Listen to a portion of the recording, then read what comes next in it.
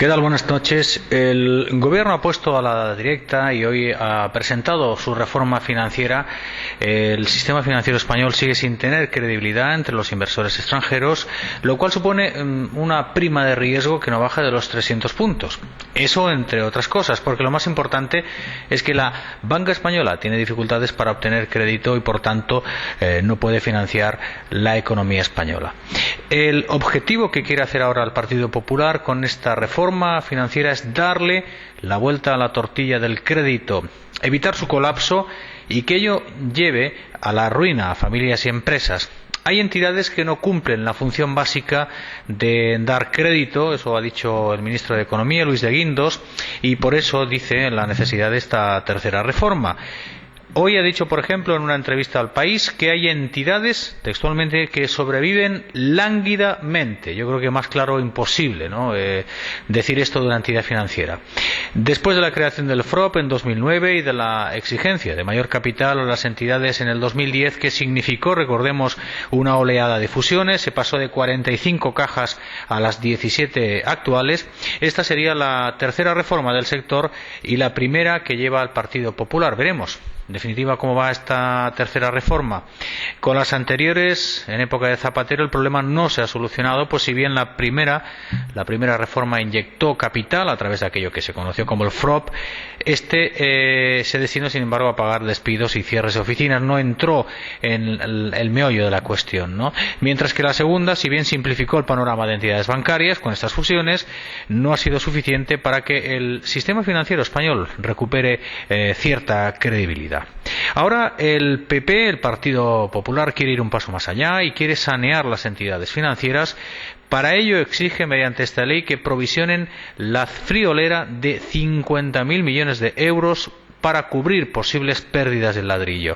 Para que se haga una idea de esta cifra, 50.000 millones de euros de provisión en un solo año, la cifra que se ha provisionado en los últimos 3 años y medio aproximadamente ha sido de 66.000 millones. Es decir, en un solo año las entidades financieras deberán provisionar casi la misma cantidad.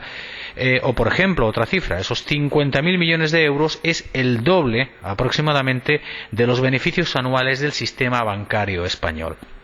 En concreto, a mí la medida que más me ha llamado la atención ha sido aquella de que deberán provisionar el 50% de los pisos que tengan 3 años sin vender y que en estos momentos se dice que son aproximadamente 1 millón de pisos en toda España. Por ese motivo, el ministro de Economía ha dicho que con esta medida, dijo hace unos días, que con esta medida los bancos sacarán muchos pisos al mercado a un precio sensiblemente inferior al que tenemos en estos momentos. En general, los pisos han bajado de precio, a grosso modo, en estos últimos años entre un 22 y un 33%, depende de la zona, y dicen los especialistas que deberían bajar hasta un 40%. Las grandes entidades han dicho que provisionarán sin problema, ha dicho el BBVA, lo ha dicho el Santander, lo ha dicho incluso Bankia, lo ha dicho la Caixa, ha dicho que no tendrán problema para provisionar estas cantidades. Las que no puedan acogerse a una provisión directa tendrán que acogerse al FROP.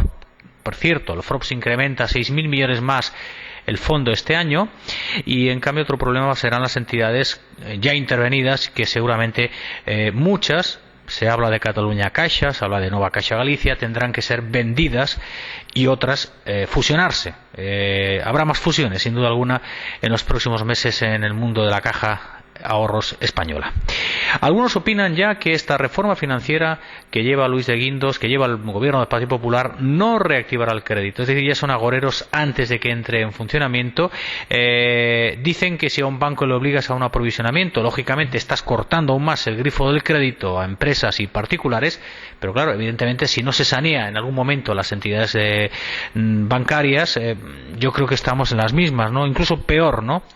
Lo que sí, y ya acabo porque me estoy enrollando mucho hoy, lo que sí me ha gustado de esta reforma financiera es que ya de momento ha demostrado un interés por limitar, en concreto a 600.000 euros, el salario anual, faltaría menos, anual, de directivos de entidades que tienen fondos públicos. Por ejemplo, no es de recibo que Adolf Tudó, presidente de la Catalunya Caixa, haya cobrado 1,5 millones de euros el año pasado, o que el consejero delegado de Bankia, Francisco Verdú, se haya llevado 2,26 millones en unas entidades intervenidas en mayor o en menor grado, pero con fondos públicos en definitiva, ¿no?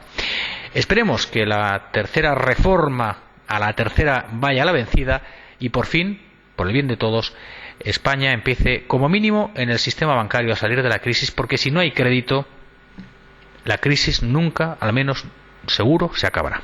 Buenas noches y perdón por este rollo de cifras que seguramente les he mareado un poco. Hasta luego.